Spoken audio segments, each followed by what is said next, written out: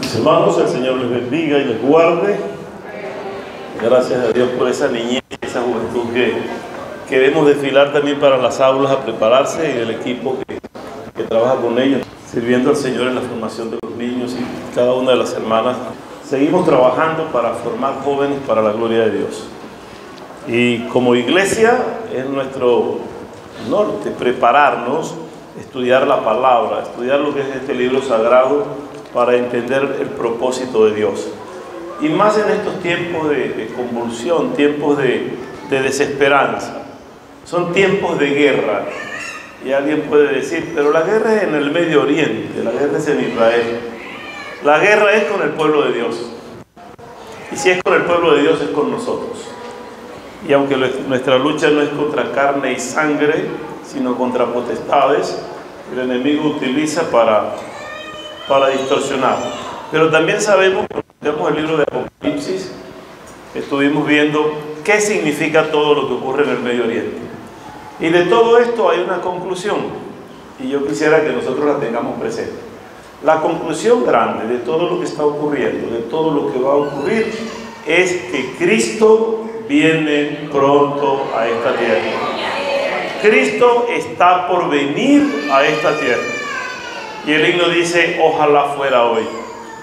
Y de los humanos que yo conozco, solo uno veo que tiene añoranza de que eso ocurra. Es mi hijo Elier. Mi hijo me dice, ojalá fuera hoy, viejo, que yo voy en este camión y yo ascienda a los cielos y vea cuando eso se pierde en el camino. No quisiera que mis hijas vean la perversidad y la maldad de este mundo. Quisiera que estemos en las manos del Señor. Y lo añora, o sea, tiene deseos de que Cristo venga. Y a veces lo admiro y digo, yo quisiera todavía que Cristo aguante un poco más. Sin embargo, Él tiene deseos. Y algunos creen que es tarde cuando Cristo va a venir. Algunos le tienen por tardanza. Pero la certeza es que Cristo viene. Vino a nuestras vidas, pero ha de venir por segunda vez para llevarnos con Él. Así lo dice este sagrado libro.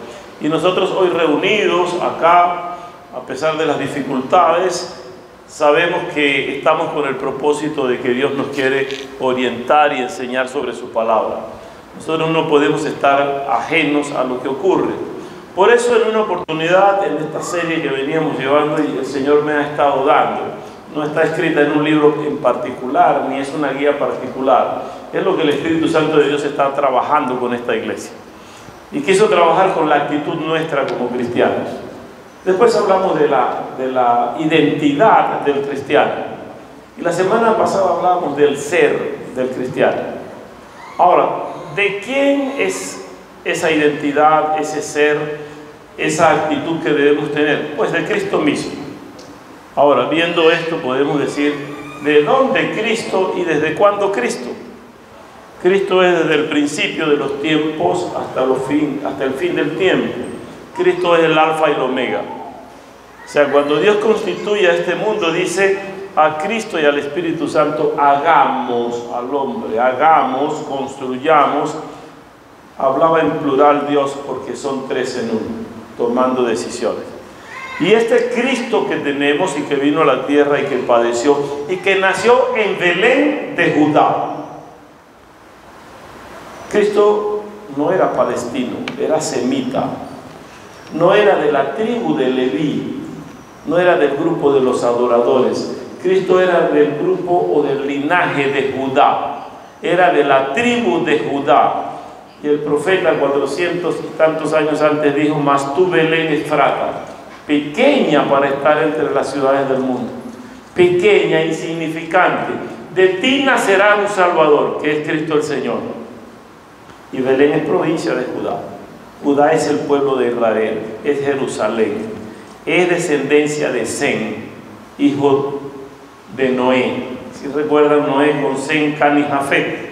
Los semitas son ese pueblo que vamos a hablar la próxima semana. Es lo que conviene y lo que continúa para ver ese pueblo de Dios. ¿A través de quién? De Sem. Y Sem, vamos a ver la genealogía para ver cómo es Sem o cómo es Abraham descendiente de Sem. Y si Abraham es descendiente de Sem, Abraham tiene a Isaac y tiene a Jacob, ¿cierto?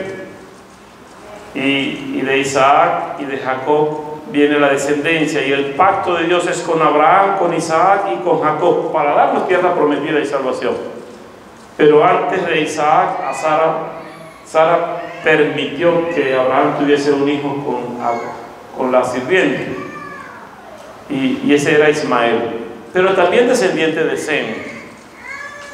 Y de esa descendencia están los ismaelitas. Ocuparon toda la península arábiga, todo ese pueblo árabe, que son muchas tribus, como decir nosotros los latinoamericanos, muchos pueblos pero latinoamericanos. Y algunos hablan de los americanos solo los del norte. No, también somos americanos, pero latinos, somos suramericanos. En el caso de Venezuela somos norteamericanos, pero del norte del sur. O no sabemos que Venezuela está ubicada al norte de Sudamérica. Entonces somos del norte del sur. Pero este que yo quiero hablar es descendiente de Sem, por Abraham. Y quiero ver a Jesús como desde el principio, como sacerdote, para ver el ser de Jesús y el que nosotros debemos ocupar, según ese orden que estableció Dios, que fuese sacerdote según el orden de Melquisedec. Y yo quisiera que estemos atentos y con nuestras Biblias, y sé que Sheila nos apoya allí, para nosotros trabajar. Para muchos, Jesús, que es sacerdote según el orden de Melquisedec, vamos a ver quién es Melquisedec. Melquisedec, un sacerdote conocido como príncipe de Salem, como príncipe de paz. Y algunos piensan que ese hombre que no tenía principio ni fin, que era en este caso un sacerdote limpio por orden de Dios, para algunos piensan que es descendiente de Sem, o que es hijo de Noé, o descendiente de Noé. Melquisedec no puede estar allí porque el mismo Dios da y muestra la Biblia en un proceso que se llama cristofanía. La cristofanía nos permite ver a Cristo en revelación o preencarnación antes de su aparición en el Nuevo Testamento. Entonces algunos dicen, no, es que Cristo nunca apareció antes. Bueno, vamos a ver qué dice la Biblia, y por la Biblia sabremos. Vamos a ver quién es Melquisedec y quién dice la palabra que es Melquisedec. Un sacerdote limpio, un sacerdote santo, que es capaz de ofrecer lo mismo que Jesús. No hay otro ángel que tenga las mismas cualidades de Jesús. Y vamos a verlo por la palabra. Melquisedec, ese sacerdote limpio y santo, según Hebreos 7, el verso 1. Pienso que Pablo escribe esto porque siempre he dicho que para mí escribió los Hebreos, aunque con alguna otra mano la orientación de Pablo estaba. Y dice el libro de Hebreos, porque este Melquisedec, rey de Salem, sacerdote del Dios Altísimo. Y yo quiero que entendamos lo que dice la palabra. Estamos leyendo la palabra de Dios. Dice que salió a recibir a Abraham, que volvía de la derrota de los reyes, y lo bendijo. ¿De dónde viene Abraham? Abraham viene de luchar contra un pueblo o unos pueblos que vencieron a Sodoma, que vencieron a Gomorra, que devastaron las ciudades de aquel tiempo y tomaron prisionero a Lot. Lot es aquel sobrino de Abraham, a quien Abraham se llevó cuando Jehová le dice, deja tu tierra y tu parentela. Se llevó también a su sobrino Lot. Y luego tuvieron que dividirse, y Abraham le dice a Lot, agarra hacia donde tú quieras y yo tomo lo otro. Y Lot prefirió ir hacia los valles de Sodoma y Gomorra. Por eso la perversidad en Sodoma y Gomorra tocó a Lot. Y el Señor tuvo misericordia de Lot porque Abraham pidió a Jehová que si hubiesen 100 justos no castigara a la ciudad. Y Jehová comenzó a conversar con él, y lo hablamos una vez, no con 50, con 20, con 10. Luego no se consiguió justo si no estaba Lot. Ese mismo Lot, cuando fue apresado por aquellos reyes, antes de la destrucción de Sodoma, por supuesto, Abraham se entera y va, arma a sus trabajadores, arma un ejército con sus hombres de trabajo, con sus empleados, con sus criados, con sus esclavos, y va a rescatar, y rescata a Lot y todas las propiedades, y vuelve a dar libertad a aquellos pueblos. Cuando viene en victoria, se consigue con este sacerdote que es rey de paz, que es rey de Salem, que es sacerdote del Dios Altísimo. Dice: a quien asimismo dio Abraham diezmos. Para que un judío ofrezca diezmos a alguien, tiene que ser alguien superior a él. Cuando daban los diezmos a los levitas, a los elegidos como tribu de adoración, es porque reconocían que Dios les había puesto para ello. Y Abraham aquí entrega los diezmos de todo el botín que pudo obtener de la guerra. Dice: cuyo nombre significa primeramente, vea los nombres que tiene Melquisedec. Primeramente, rey de justicia, y también rey de Salem, esto es rey de paz. Y toda la Biblia me dice que quien es rey de justicia y rey de paz es Cristo mismo. Y yo pregunto, y quisiéramos analizar, ¿será que Cristo en ese momento hubo el proceso de cristofanía y se presenta como Melquisedec? ¿Es que acaso Dios quiere representar a Cristo según ese orden sacerdotal sin aparición en la tierra? No tiene genealogía humana, y Cristo, aunque nace de María, no es su genealogía, es de la descendencia de David, pero espiritualmente viene desde antes de la construcción del mundo.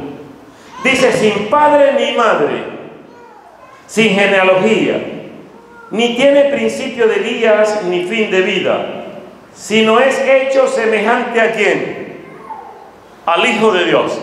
Es un paralelo Melquisedec con el Hijo de Dios, que es Cristo, y permanece sacerdote para siempre. Estamos viendo que no es de la descendencia de Sem. Dice: considerad pues cuán grande era este, a quien aún Abraham el patriarca dio los diezmos del botín. Cuán grande era este sacerdote que Abraham se doblega y dice: entrego los diezmos, reconozco que es autoridad de Dios.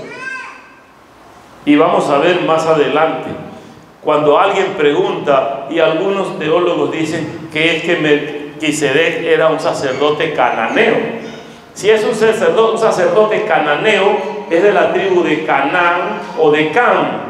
Cam, hijo de Noé, y Canaán, nieto de Noé, hijo de Cam, a quien Dios dio una maldición por la burla en la desnudez de su padre Noé al celebrar que había secado la tierra. Y Jehová maldijo a Cam y dijo que su descendencia sería de piel oscura y serviría a sus hermanos. Sin embargo, estamos viendo en lo que plantea la palabra que es Melquisedec y que es Jesús descendiente de Sem, no de Cam. No puede ser dentro de los cananeos. Entonces, el que diga que tiene Melquisedec que ver con orden cananea o genealogía cananea, pues hay un error. Y Hebreos 7:12 dice: porque cambiando el sacerdocio necesario es que haya también cambio de ley. Y si hay un sacerdote que permite cambiar la ley, ese sacerdote es Cristo, que cumplió la ley para que una nueva ley nos rija.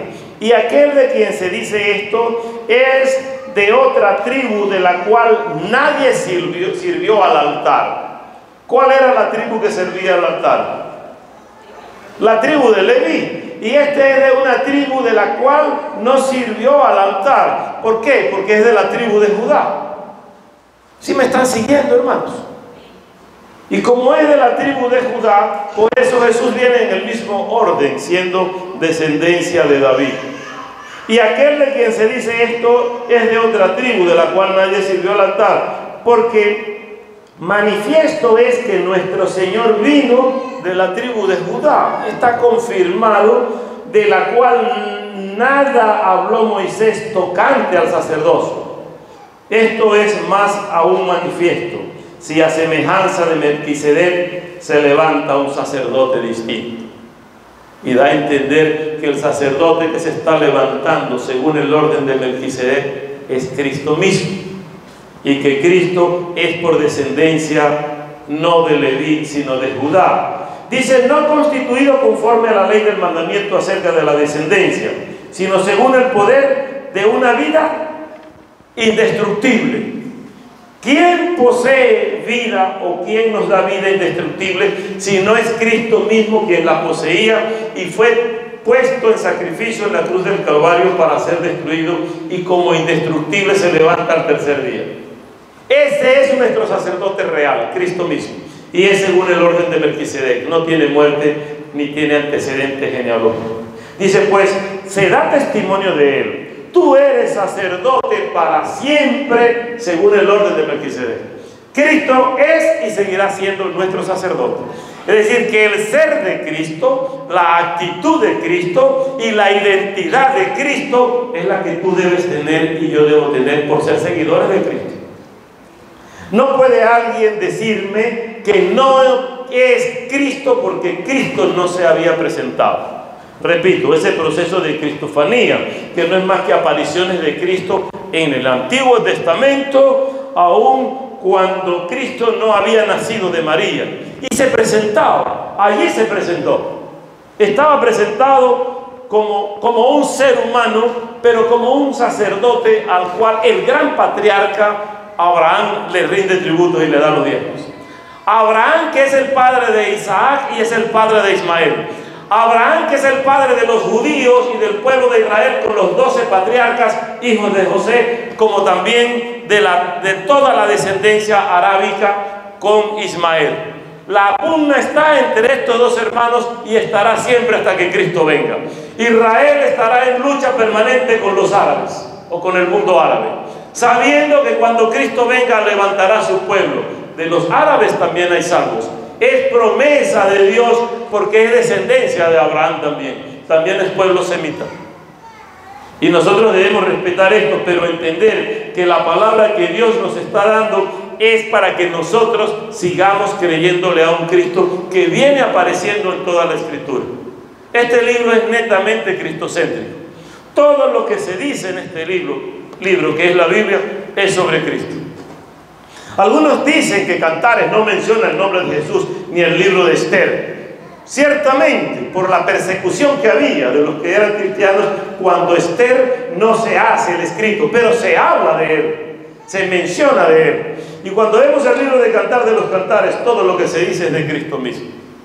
Es la rosa de Sarón, es el lirio de los valles, es el novio que se presenta a la iglesia. Esa alegoría que está presentada allí, esa figura literaria de Cristo es para conocer que es la imagen de Dios para una iglesia que se prepara a través de creer en Él para recibir. Y es a través de todo el tiempo. Hay otro ejemplo que podemos decir de ese proceso de cristofanía, y es que en el libro de los Jueces, en el capítulo 13, había una pareja, estaba Manoa con su esposa, no tenía hijos. Y el Señor le aparece un ángel de Dios a Manoa para decirle que va a tener un hijo que iba a ser nazareo. No nazareno, nazareo, es decir, no iba a cortar su pelo, iba a estar dedicado a Dios. Ese niño era Sansón. Y a medida que ese niño creciera, su pelo iba a crecer. Y a medida que creciera el pelo, también crecía su fuerza. Pero el propósito era dar libertad al pueblo de Israel de los filisteos. Pero el humano se corrompe. Y aún teniendo el mandamiento de Dios, Sansón se corrompe con Dalila y con la otra mujer. Y va con los filisteos. Buscó siempre en el otro pueblo lejano a Dios. Pero ¿qué ocurre? ¿Qué es lo que más conviene? Saber cómo se presenta Dios a Manoa. Y dice Jueces 13:16. Y el ángel de Jehová respondió a Manoa. Manoa es el padre de Sansón. Aunque me detengas, no comeré tu pan. Mas si quieres hacer holocausto, ofrécelo a Jehová. Y no sabía Manoa que aquel fuese ángel de Jehová. Manoa quería ofrecerle adoración. Y él dice, eso es para Dios. Entonces dijo Manoa, al ángel de Jehová, ¿cuál es tu nombre para que cuando se cumpla tu palabra te honremos?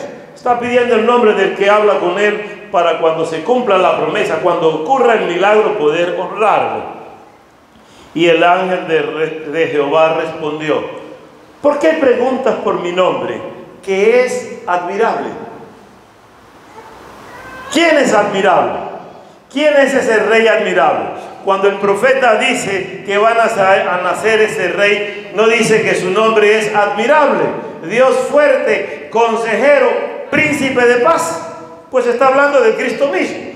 Cristo está representado en un ángel de Jehová. Cristo es el ángel de Jehová. Y es sacerdote según el orden de Melquisedec. Dice que Manoah tomó un cabrito y una ofrenda y los ofreció sobre una peña a Jehová. Y el ángel hizo milagro ante los ojos de Manoah y de su mujer. Cuando adoró a Dios, Dios hace el milagro. Y a veces estamos solo pidiendo a Dios y no le adoramos. Y yo quisiera que nosotros en la petición hagamos un alto para adorar a Dios. Y Dios va a conceder nuestro milagro. Pero no solo pidas, adora el nombre de Jehová. Y el nombre de Jehová es bendito entre nosotros. Y Él va a proveer, Él va a dar. Y en su misericordia y en su voluntad, Jehová va a cumplir los deseos de tu corazón. Y si no es lo que tú quieres, Jehová tiene la libertad y la autoridad para decir: yo sé que es lo que más te conviene. Nos es duro entenderlo a veces, pero sabemos que estamos en presencia de Dios. Y el verso 21 del mismo capítulo dice: y el ángel de Jehová no volvió a aparecer a Manoah, solo hizo el milagro y se alejó, ni a su mujer. Entonces conoció Manoah que era el ángel de Jehová. Y miren lo que dice Manoah en el verso 22. Y dijo Manoah a su mujer: ciertamente moriremos, porque a Dios hemos visto. Cuando Moisés ve la presencia de Dios en la zarza, se tapa porque cree que va a morir. Todo el que veía la presencia de Dios era chamuscado, era quitado. No se resiste la presencia de Dios. Y Manoah vio a Dios en la figura de Cristo y dice: ciertamente vimos a Dios, tengo miedo, vamos a morir. Sin embargo, Dios le da la vida. No fue Jehová mismo en la persona de él, sino en la persona de Cristo. O sea, eso significa que Cristo puede aparecer en aquel tiempo, y apareció en aquel tiempo siendo el Hijo de Dios y confeccionando al mundo. Cristo es según el mismo Jehová le constituye, y eso es orden sacerdotal de Melquisedec. Vea el Salmo 110. Le hemos leído. El salmista David lo mira proféticamente. No sabía David quién era Jesús. Jesús es de su descendencia, pero no ha nacido.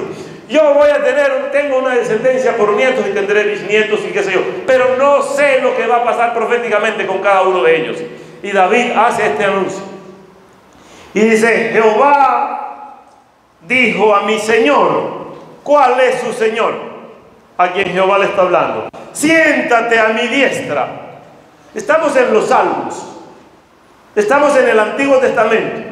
Estamos en el Tanaj. Fuera de la Torá, pero en el Tanaj. Y estamos viendo allí cómo el salmista David dice: Jehová dijo a mi Señor: siéntate a mi diestra, hasta que ponga a tus enemigos por estrado de tus pies. Vaya al Apocalipsis y vea cómo el Señor dice que le va a entregar al Señor Jesús, a su Hijo, el reinado, y pondrá a sus enemigos por estrado de sus pies. Dice: Jehová enviará desde Sión la vara de tu poder. Domina en medio de tus enemigos. Viene de Sión, viene de la descendencia de Sem.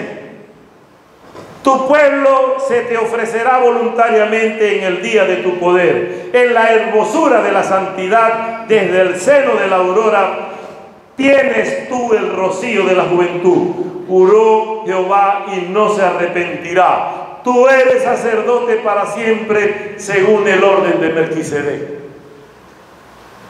Cuando uno lee esto y dice: ¿cómo es posible que años antes o años después se digan cosas que son tan reales y tan exactas? Sencillamente porque todo el libro está inspirado por un solo ser, que es el ser del Espíritu Santo de Dios. La inspiración que da el Espíritu Santo a David le permite saber que Cristo, que no ha nacido, que viene de descendencia de David reconoce por el Espíritu Santo que su Señor es sacerdote según el orden de Melquisedec, y que Cristo mismo es Él. Dice: el Señor está a tu diestra, dice el verso 5, quebrantará a los reyes en el día de su ira. Y viene el día del Señor para quebrantar a los reyes de la tierra.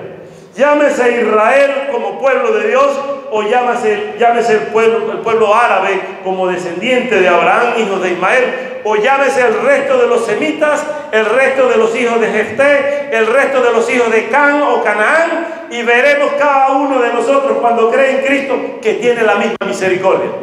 Porque Cristo como sacerdote vino para cumplir la ley y que todos entremos por él a la salvación.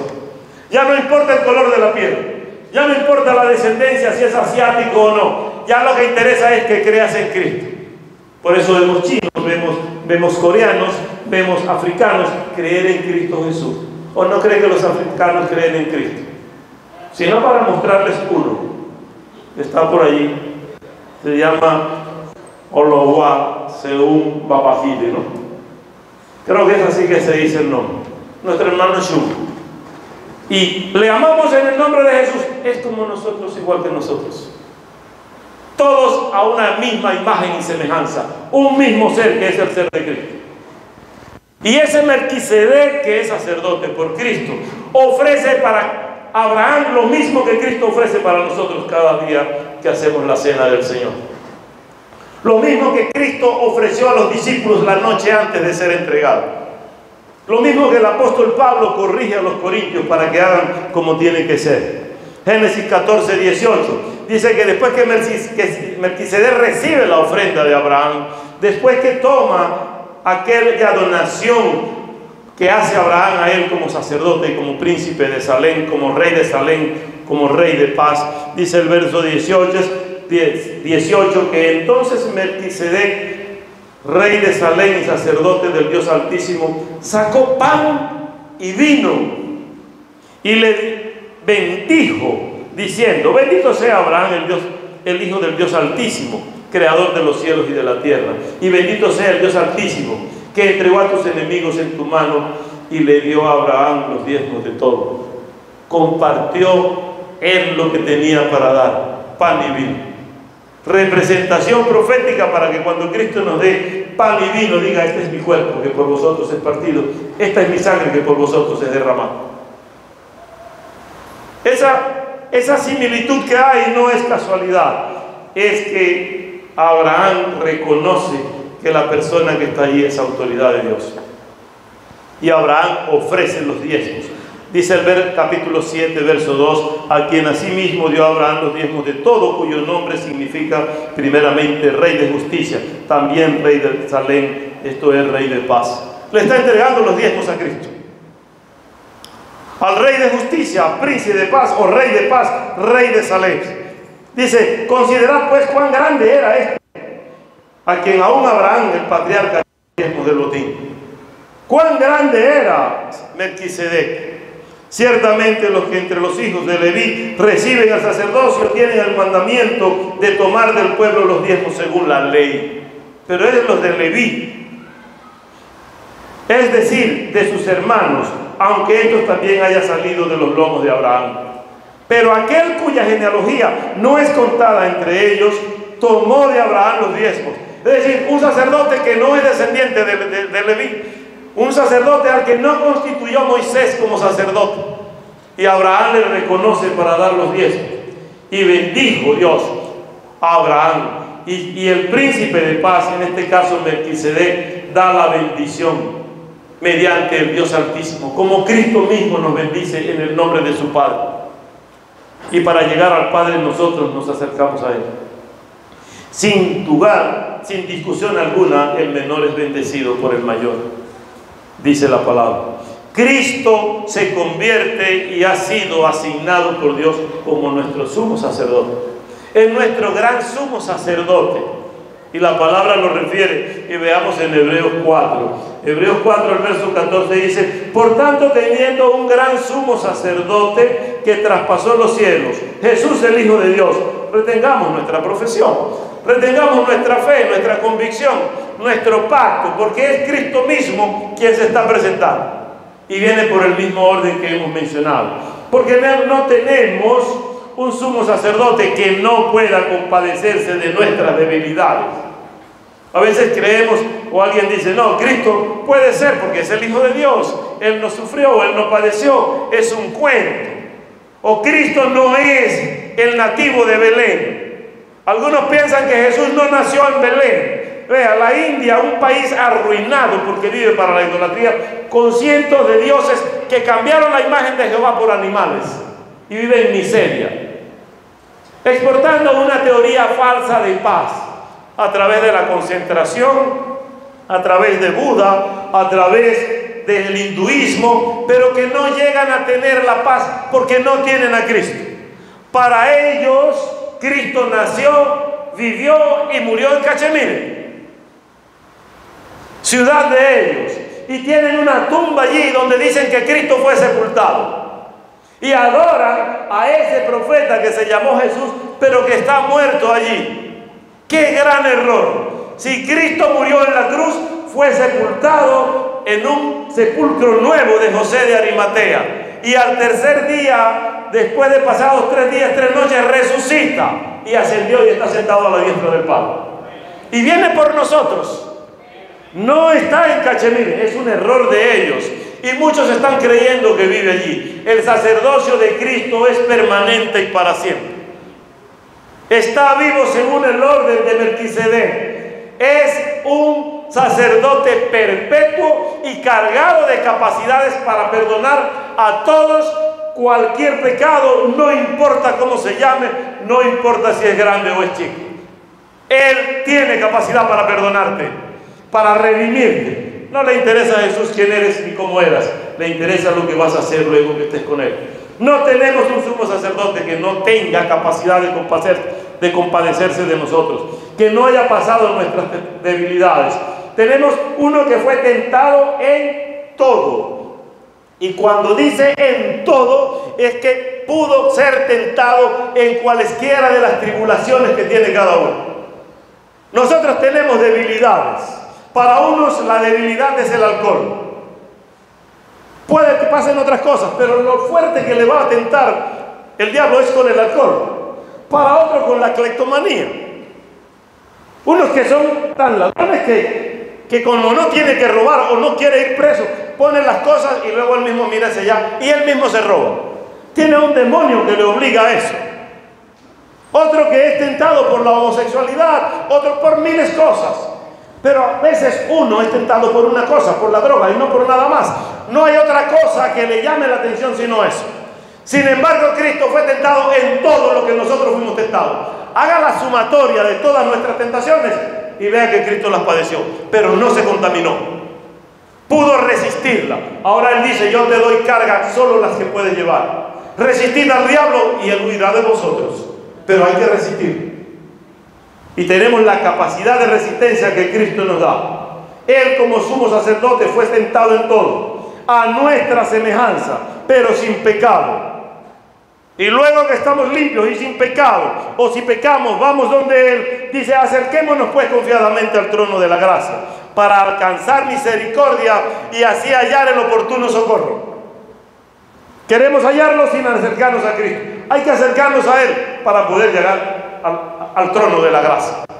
La bendición que Dios te va a dar es cuando tú te acercas a Él y le reconoces como tu gran sumo sacerdote. Debemos reconocerlo como nuestro gran sumo sacerdote, según ese orden planteado. Uno que no tiene principio ni fin, que es el alfa y el omega. Y dice el Apocalipsis que Él es el alfa y el omega, que es el principio y el fin. Es orden de Melquisedec. Y Hebreos 3:1 dice, por tanto, hermanos santos, partícipes del llamamiento celestial. No es para los inconversos, es para ti que crees en Cristo. Y si no has creído, te hace el llamado para que tú creas y participes de esto. Santos participantes del llamamiento celestial. Dice, considerad, mire cómo dibuja a Cristo aquí el autor del Hebreos. Considerad al apóstol y sumo sacerdote de nuestra profesión, Cristo Jesús. El gran apóstol, Cristo Jesús, quien llama a 12 apóstoles o a 12 hombres para hacerles apóstoles fundamentales de este evangelio. Así como el semita tiene 12 patriarcas, hijos de Abraham, en el cristianismo Jesús conoció a 12 y los miró cara a cara y los eligió apóstoles. Yo entiendo que en la actualidad estamos cargados de apóstoles, Y mucha gente ahora por una jerarquía se hace llamar apóstol. Y dicen, es que apóstol es más que pastor. Y oí uno de estos días decir, el diezmo es para el apóstol y la ofrenda para los pastores. Han tomado la osadía de negociar con la palabra. Sin embargo, el Señor dice, el apostolado lo dio Jesús. Yo tengo misión apostólica, soy enviado para predicar este evangelio. Tengo misión profética de dar la profecía que Dios ha planteado. Pero quieren ser apóstoles contrarios a la palabra y profetas contrarios a la palabra. El último de los apóstoles llamado y conocido por el Señor fue el apóstol Pablo. Dice, yo soy el aborto de los apóstoles, soy abortivo, soy el último, pero conocí al Señor cara a cara también. Vea que ya el Espíritu Santo estaba en esta tierra. Sin embargo, Pablo, camino a Damasco, se encuentra con el Señor y el Señor lo llama para que sea apóstol de Jesucristo. Y lo conocemos en el libro de los Hechos y en las cartas y en los evangelios que puedan mencionarse proféticamente, Pablo, apóstol de Jesucristo. Y Pablo aprende y le dice a los corintios, porque yo recibí del Señor lo que les enseño. Yo enseño lo que también recibí del Señor. La noche que fue entregado tomó pan y tomó vino. Pablo aprendió del Señor. Es el último que conoció al Señor cara a cara. Los otros le hemos conocido por fe. Condición apostólica, pero no somos los apóstoles fundamentales de Cristo. Esa mentira, quien la tiene en la cabeza, el diablo se la sembró. Y ahora se cree semejante a Cristo y sentado a la mesa de Cristo con la autoridad que Cristo como sacerdote, según el orden de Melquisedec, les otorga. Tengo la salvación de mi alma, tengo la profecía de ser lo que soy por medio de Jesucristo, pero no al lado y en paralelo con Jesucristo. Estoy por la misericordia de Dios. Cristo me alcanza porque derramó su sangre para mí, el cual es fiel y constituyó, como también lo fue Moisés, a toda la casa de Dios, porque de tanto mayor gloria que Moisés es estimado, digno es de Cristo, que tiene mayor honra que la casa. O sea, si yo puedo ver a Cristo, Cristo constituye ahora un pueblo nuevo, constituye una casa nueva. Y ahora el Espíritu Santo de Dios no va a morar en donde no debe morar. Ahora mora en tu corazón y mora en tu vida. Ahora tú eres templo del Espíritu Santo de Dios. Ahora yo soy templo del Espíritu Santo de Dios. Y el sacerdocio de Cristo cada día se hace mayor, se hace más perfecto, porque Dios mismo lo entregó para nosotros por amor a Él. Por amor a mí, dice el Señor, yo los he llamado. Por amor a ustedes entrego a mi Hijo Jesucristo. Yo quisiera ver quién de ustedes puede entregar a un hijo por amor a otros. Sin embargo, Dios entregó a Jesús por nosotros. Nos merecemos eso. No merecemos tener un sacerdote como Jesús, pero Jehová lo entregó.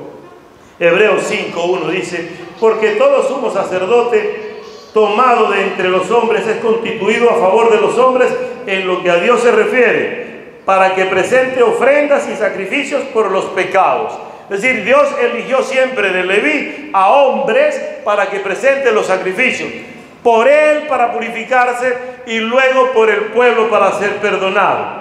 Así tampoco Cristo se glorificó a sí mismo haciéndose sumo sacerdote, sino que le dijo, tú eres mi hijo, yo te he engendrado hoy. Y fue declarado por Dios sacerdote según el orden de Melquisedec. Es Dios mismo quien lo constituye. Y cuando Dios pone pastores y pone sacerdotes, los coloca Él mismo. Estamos en una semana que se celebra en el pueblo bautista y muchas otras congregaciones, como la semana pastoral o la semana de la familia sacerdotal.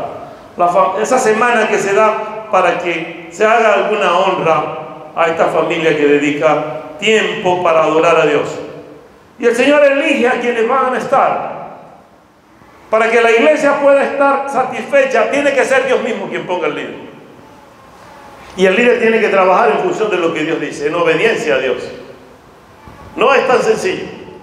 Pero Dios pone el querer como el hacer. Y Dios pone por su buena voluntad lo que somos.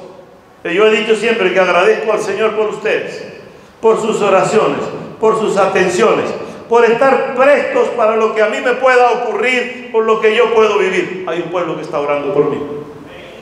Y eso se siente, eso se vive. hay congregaciones donde el sacerdote que Dios puso, pobrecito, quiere salir corriendo y decir: Cristo, llévame pronto. O Señor, llévatelos o te los mando. Yo no encuentro qué hacer con ellos.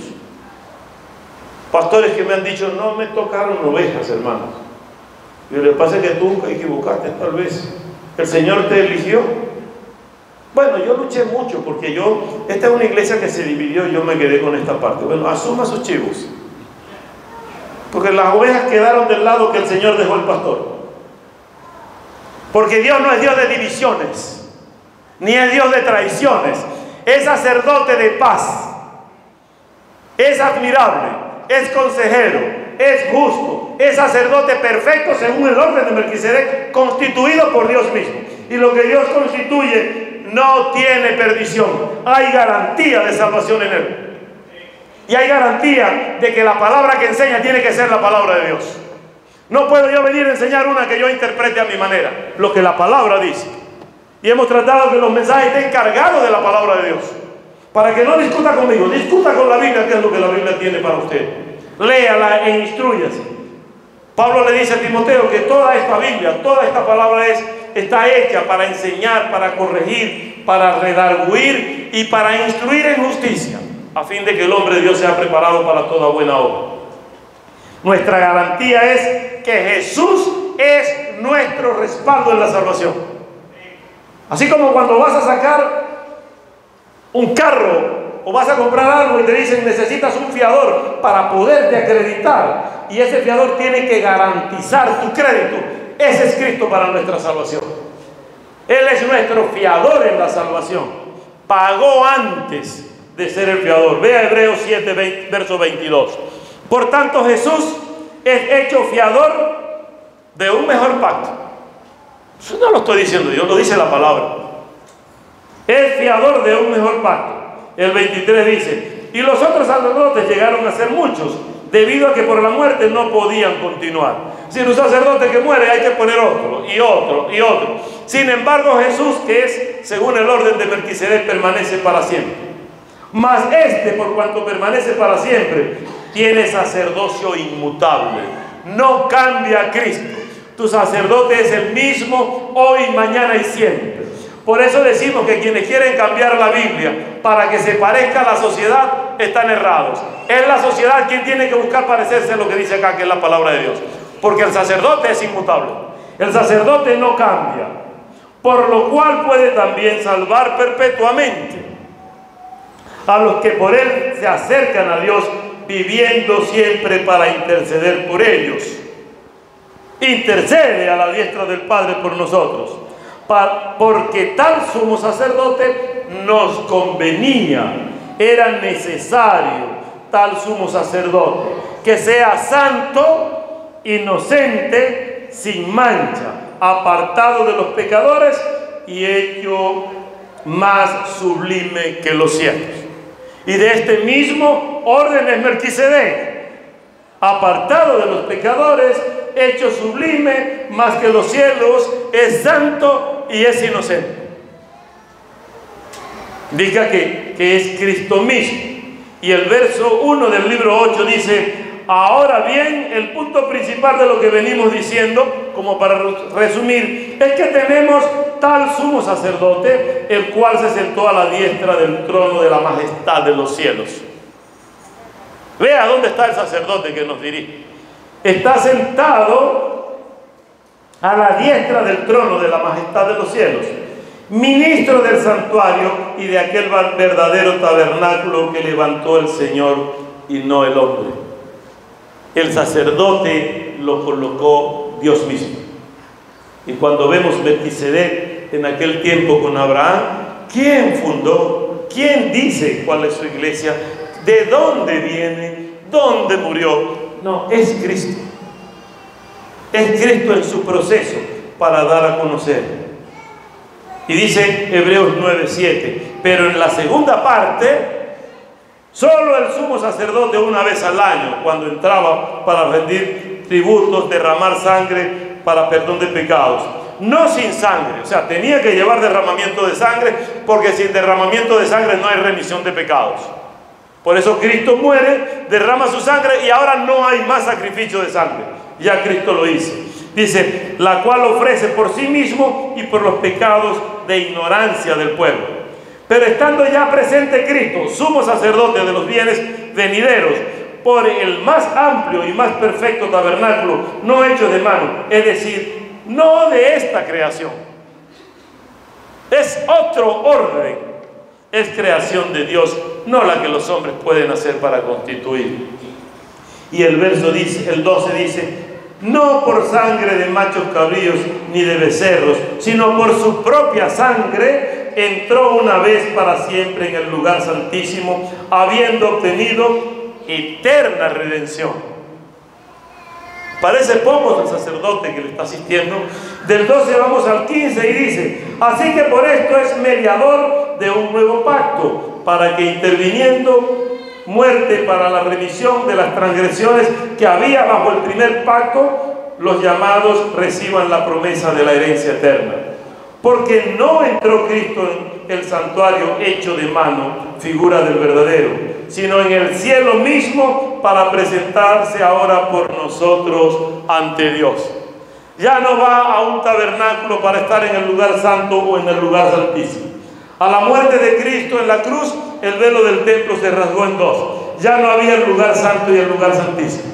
Y Cristo se levanta en la cruz, como dice Juan 3:16 o 3:15, 3:14, así como Moisés levantó la serpiente en el desierto. Se levantó Cristo en la cruz para que el que cree en Él no se pierda, sino que tenga vida eterna, por el amor que Dios tuvo para este mundo de darle ese sacerdote limpio.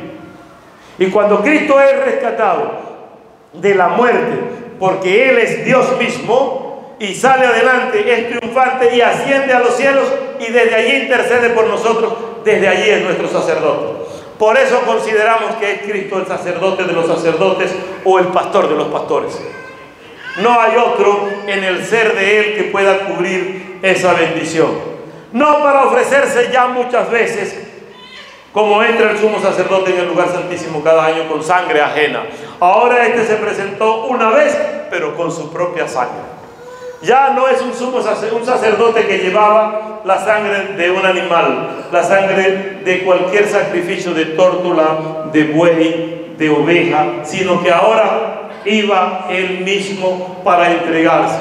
Por eso Juan el Bautista, cuando le ve llegar, que llega a las riberas del Jordán para ser bautizado, dice Juan, he ahí el Cordero de Dios que quita el pecado del mundo. Ese es el que va a ser inmolado. Ese es el que va a derramar su sangre para darle salvación. Ya no vengan a mí para que yo les bautice para perdón de pecados. Ya Juan les había dicho, generación de víboras, ¿quién os enseñó a huir de la ira venidera? Ahora busquen la redención y la salvación en este Cristo que es el Cordero del mundo. Este es el Cordero que viene al mundo, que es Cordero de Dios. Y en Hebreos 9:27 dice, porque de la manera que está establecido para los hombres que muera una sola vez, después de esa muerte viene el juicio. Alguien dice que ya después que morimos, y algunas doctrinas o algunas sectas lo están enseñando, que aquí está el infierno y aquí está el cielo, que luego que muere se acabó todo. Ocurre así para los gatos, ocurre así para los perros, ocurre así para los que no tienen el espíritu y el alma que debe entregar a Dios. Todo espíritu debe volver a Dios. Unos en juicio para salvación y otros para condenación. No te está llamando el Señor a ser religioso, a asistir aquí todos los domingos, a ir a otra congregación todos los domingos. Te está llamando a que te conectes con Él, a que vayas a ese sumo sacerdote a través de tu oración, a través de tu pacto perfecto con el mismo Dios, para que Él te perdone y te limpie y puedas estar acepto delante de Dios. Así también Cristo fue ofrecido una sola vez para llevar los pecados de muchos, y aparecerá por segunda vez, si en relación con el pecado, para salvar a quienes lo esperan. ¿Espera usted a Cristo? ¿Espera usted que Cristo venga? ¿Quiere usted que esté Cristo para ir con Él? Pues vendrá Cristo por nosotros y le recibiremos, y Él nos recibirá como sus hijos. Y muchos religiosos que han pregonado ser hijos de Dios y aún han hecho milagros y aún negocian con este evangelio. Y como he dicho en algunas oportunidades, y lo sostiene mi mente y mi corazón, No puedo negociar con el Evangelio de Jesucristo, porque Cristo lo pagó con sangre. No puedo negociarlo con dinero. Por eso he dicho que el Evangelio, llamado de la prosperidad, llegó a este mundo como una maldición del diablo para conquistar almas y para comprar salvación. La salvación no se compra con dinero. La salvación no se alcanza con donar casas, no se alcanza con donar carros, con tener bien en vida al pastor, con la cuota para el buen carro del pastor. La salvación se alcanza creyendo en Cristo como Salvador, porque Él derramó su sangre para nosotros. No crea otro cuento que le den. No crea otra teoría, otra enseñanza. Es por medio de Jesucristo que hay salvación. Hechos 4:2 dice que no hay otro nombre debajo del cielo en quien podamos ser salvos, sino en Jesucristo. No hay nada más que nos pueda salvar. No pague por el familiar que ya murió una misa para sacarle de pena. Murió en angustias, murió en pecado, pues vivirá en angustias y en pecado por la eternidad. Vea la parábola de Lázaro y el rico. Ya no puede trascender del tormento a la bendición. Y el que está en la bendición no puede ir al tormento ni siquiera para mojar sus labios con agua, como pedía aquel rico al padre Abraham. ¿Y por qué el padre Abraham? Por la misma situación, es el padre de la fe. Y es al seno del padre Abraham lo que se conoce como el paraíso, donde vamos todos los que fallecemos en el Señor. Para esperar que Cristo venga en gloria, para ser juzgados y estar con Él por la eternidad. Eso lo creo yo por la fe. Cada cristiano debe creerlo por la fe. Así lo enseña la palabra de Dios. El que esté pagando un tributo, el que esté pagando o haciendo una dádiva para obtener salvación, quite eso de su mente. El que esté haciendo propaganda, es que yo hago esto, pastor, yo voy a hacer aquello, y figurando en cosas, olvídese de eso. Vaya a los pies de Cristo. Vaya al sumo sacerdote que es Cristo, príncipe de paz, Rey de Salem, Rey de justicia, verdadero Dios, es Cristo mismo. Y la garantía de nuestras vidas para salvación está allí. Yo quiero que cada uno de ustedes tenga la conciencia de saber que ese es nuestro sumo sacerdote. En conclusión les digo, tenemos un sumo sacerdote que es desde siempre y para siempre, según orden de Melquisedec. Y establecido Melquisedec por Dios, pero también Cristo por Dios, porque es el mismo. ¿Para qué? Para darnos a conocer los misterios de la salvación.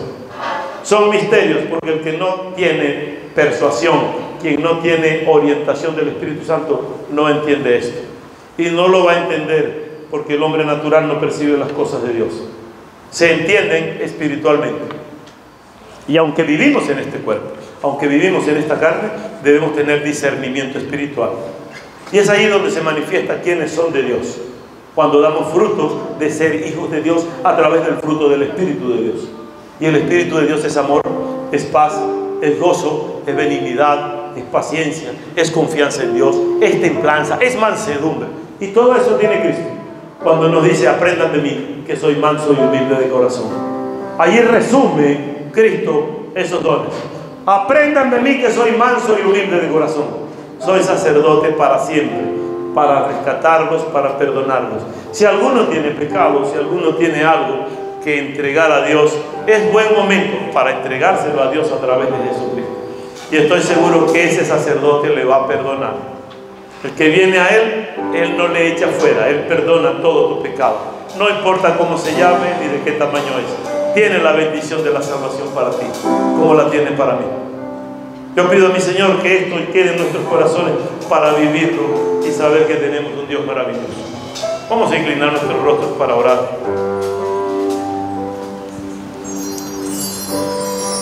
En el nombre de Jesús, Padre, nos acercamos a ti. Nombre que es sobre todo nombre. Nuestro gran sumo sacerdote, nuestro gran redentor, ejemplo de sacrificio que derramó su sangre para darnos libertad y salvación. Quiero pedirte en esta hora, Dios, por cada uno de los que están en la sala, incluyéndome, para que tú toques cada corazón, para que tú toques cada vida, Dios. Que si hay algo escondido en nuestros corazones y en nuestras vidas, podamos llevarlo hasta tus pies, para que tú como sacerdote intercedas ante el Padre Jesús, para que el Espíritu Santo siga con gemidos indecibles intercediendo por el perdón de nuestros pecados, por la libertad de nuestras almas. Gracias, Dios, porque eres bueno y tu misericordia es para siempre con nosotros. Gracias por cada uno de los que está presentes en la sala. Si hay enfermedad en ellos, Señor, tócales y da sanidad. Consuela los corazones que viven en tristeza, que viven en depresión, que viven en agonía y en amargura, y hazle ver la gracia tuya, el amor y la mansedumbre y la justicia de tu Santo Espíritu a través de este sumo sacerdote que es Cristo Jesús. Gracias, Señor, por cada uno. Recibe honra y gloria en el nombre de Cristo. Amén. Quisiera ver si todos conocemos de Jesús en la sala. Si hay alguno que quisiera decirle al Señor: yo quiero, Señor, que tú perdones mis pecados para caminar contigo, para estar presto para servirte. Es tiempo de nosotros también decirle al Señor lo que queremos de Él. Yo quisiera dejar esto en cada corazón, en cada mente, para que tú lo reflexiones y le digas al Señor, y a más tardar esta noche al acostarte, tú le digas al Señor: Señor, aquí estoy, contigo en la intimidad, y le cuentes al Señor. Y yo sé que el Señor te va a oír en lo secreto y te va a recompensar en público. Luego el Espíritu te va a inquietar para que hables y des testimonio, pero por ahora acércate al Señor y que el Señor mismo te dé la libertad y te dé la oportunidad de acercarte a la salvación que Él te ofrece. Yo quisiera dejar esto en la bendición de Dios.